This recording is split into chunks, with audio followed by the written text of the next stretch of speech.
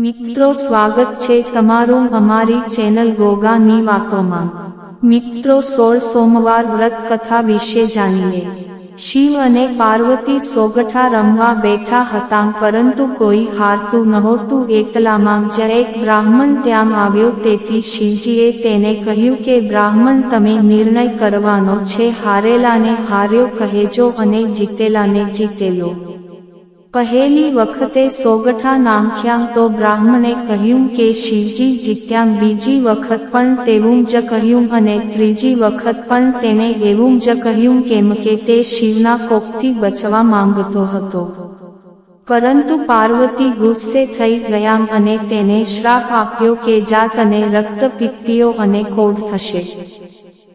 જોતામાં તો બ્રાહ્મણના આખા શરીરે કોઢ નીકળી ગયા અને પરુ પણ વહેવા લાગ્યું।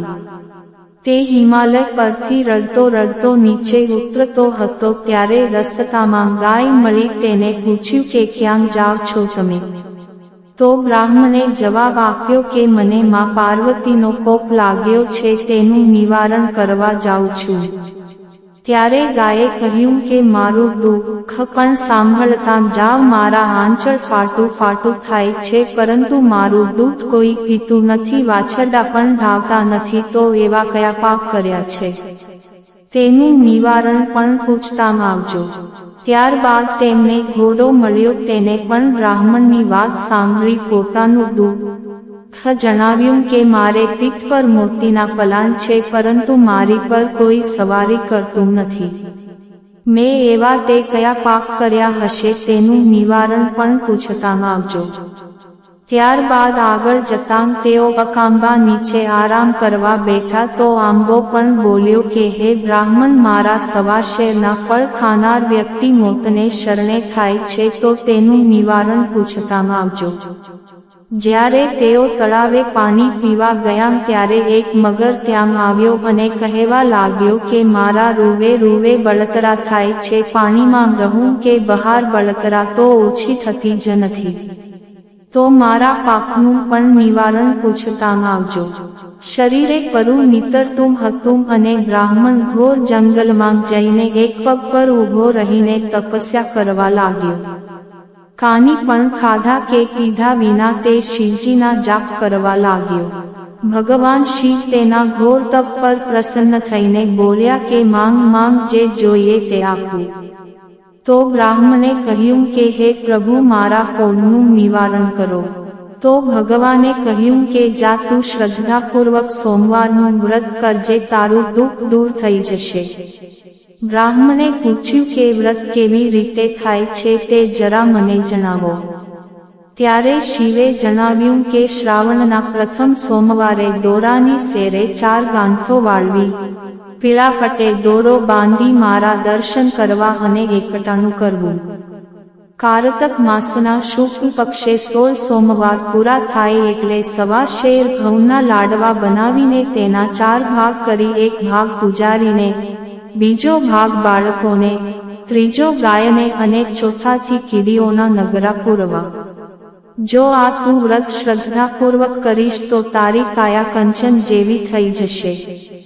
ત્યારબાદ બ્રાહ્મણે રસ્તામાં મળેલ ગાય, ઘોડો, તળાવ, આંબો, મગર વગેરેના દુઃખ વિશે જણાવ્યું અને તેઓના દુઃખના નિવારણ વિશે પૂછ્યું। તો ભગવાને કહ્યું, હે બ્રાહ્મણ, જે ગાય તને મળી હતી તે ગયા જન્મમાં સ્ત્રી હતી, તેને ધાવતા બાળકોને તરછોડ્યા હતા, તેથી આ જન્મમાં તેનું દૂધ કોઈ પીતું નથી। તું તેના દૂધથી મારી પૂજા કરજે, તો તેનું દુઃખ દૂર થશે। ત્યારબાદ શિવે ઘોડા વિશે જણાવતાં કહ્યું, તે ગયા જન્મમાં એક વણિક હતો, તેને ગયા જન્મમાં ઘણા લોકોને છેતરીને લૂંટ્યા હતા, તેથી આ જન્મમાં તેની આવી હાલત થઈ છે। તું મારું નામ લઈ તેની પર સવારી કરજે, તો તેનું દુઃખ દૂર થઈ જશે। ત્યારબાદ શિવે આંબાનું દુઃખનું નિવારણ કરતાં કહ્યું કે ગયા જન્મમાં એક કપટી કંજૂસ હતો અને તેને સાચાનું ખોટું અને ખોટાનું સાચું કરી ધન ભેગું કર્યું હતું, તેથી તેની આવી હાલત હતી। તું તેના નીચે ખાડો ખોદીશ તો તને ધનના ઘડા મળશે, તેનાથી તું પરબ બંધાવજે અને ગરીબોને દાન કરજે, તો તેના ફળ અમૃત જેવા થઈ જશે. મગર વિશે પણ જણાવ્યું કે તે ગયા જન્મમાં એક બ્રાહ્મણ હતો અને તે ખૂબ જ વિદ્વાન હતો, પણ તેને કોઈને વિદ્યાનું દાન કર્યું નહીં, તેથી તેના રૂવે રૂવે બળતરા થાય છે. તું બીલીપત્રને તેની આંખોને અડકાળીને તેને પ્રસાદ આપજે તો તેની બળતરા શાંત થઈ જશે.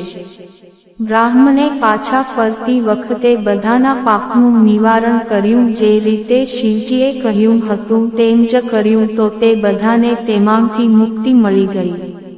અને શિવજીના કહ્યા પ્રમાણે તેને 16 સોમવારનું વ્રત કર્યું તો તેનું દુઃખ પણ દૂર થઈ ગયું અને તેની કાયા ફરીથી કંચન જેવી થઈ ગઈ. આ રીતે 16 સોમવારનું વ્રત કરવાથી દરેકની મનોકામના પૂર્ણ થઈ જાય છે અને ભગવાન શિવ સદાય તેમની પર કૃપાયમાન રહે છે. મિત્રો, કોમેન્ટમાં જય ગોગા મહારાજ લખો. આશા રાખીએ છીએ કે તમને આ માહિતી પસંદ આવી હશે. ગોગાની વાતો ચેનલને સબસ્ક્રાઇબ કરવાનું ભૂલશો નહીં. તમે વિડિયો પૂરેપૂરો જોવા બદલ તમારો ખૂબ ખૂબ આભાર.